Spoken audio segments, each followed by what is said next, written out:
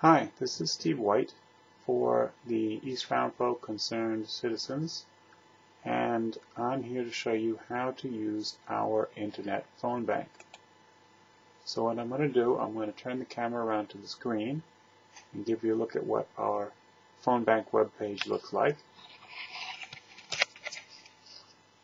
So here you've got a view of it. And the first thing you want to do is log in. So there's a script right here, and you click on that script.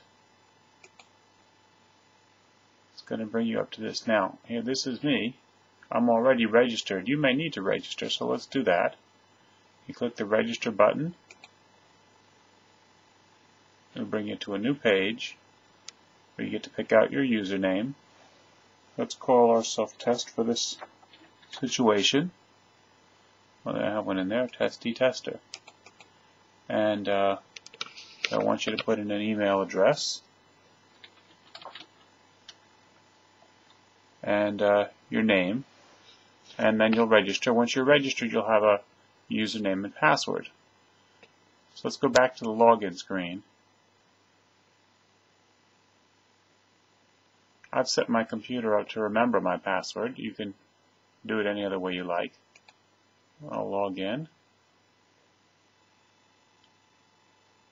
And now you see there's a new button up here called Online Phone Bank. So we'll click Online Phone Bank. And it brings up the information about our voter, where they vote, and a script. So first thing you're going to do, read through the script first before you call to get yourself familiar with it if it's the first time. And then you're going to dial the number for the voter. And it's got their polling place right here where they vote, because it's important. A lot of people don't know where to vote. So the two main things you want to get across here is the where the person votes and the when they're supposed to vote. And of course, we're going to let them know who our team of candidates are. So if you do get in touch with the voter, ask for them by name. You'll click yes that you reach them. If you don't get in touch with them, you may be that it's a wrong number. So you'll click no, don't call back. If you can't get through the number, or for whatever other reason they don't want you to call back, you'll click call back if, for instance, you didn't manage to get through to them, but we can always try them again later. Now we have another feature in here. In case that it is not the right number, you can click this searching the white pages link right here, and that will take you to the whitepages.com web page. This is not working. Well, it's got a link here to take you to their home page. Now you can type in the person's name and get a phone number for them using this. Just go back using your browser. You'll get back to the page you were on. So if you get the number, you can type it in right here into this box. And that's if you needed to do that. Now you're reading the script. You give them your name. Tell them who you're working for, Concerned Citizens of East Ramapo. And then we say, are you aware that there's a crisis in our public schools? If yes, then you're going to ask the next question. If no, you're going to go to the talking points. Well, they may need to be made aware. If they're already aware, we'll ask them what are they most concerned about. It's always good to get information from the voter. Let's say this is someone who's worried about declining quality of education. And here you've got your talking points to have a conversation with them about what's going on in declining quality of education.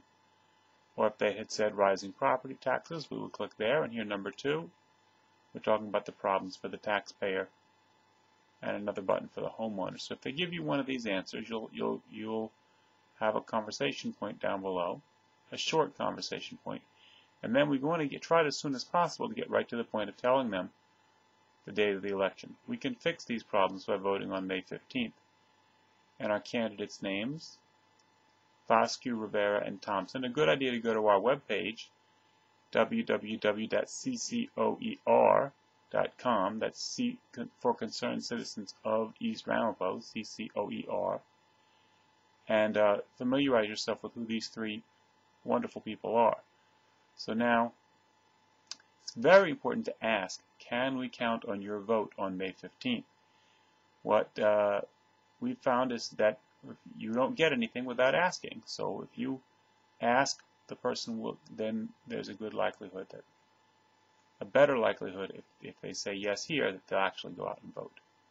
So now let's remind them of their polling place. Hempstead Elementary School is in this one in particular. Each voter will have their actual polling place will come up on your screen here. And then ask them if they need help getting to the poll. Some people do. They don't have a car for whatever reason. So we'll follow up on that. Ask them if they'd like to volunteer to help with the campaign. If they seem very interested, that may be something they want to do. Don't take it for granted. And if you can get an email address, that would be great. It will make it much easier to contact them in the future. Now when you're done, you just click Save and Call Another, and it'll bring up your next voter name that easily. So I hope this tutorial has been helpful to you in knowing how to use the Power of 10 phone bank. And I'll just say thank you very much for your time and your volunteerism, and good luck.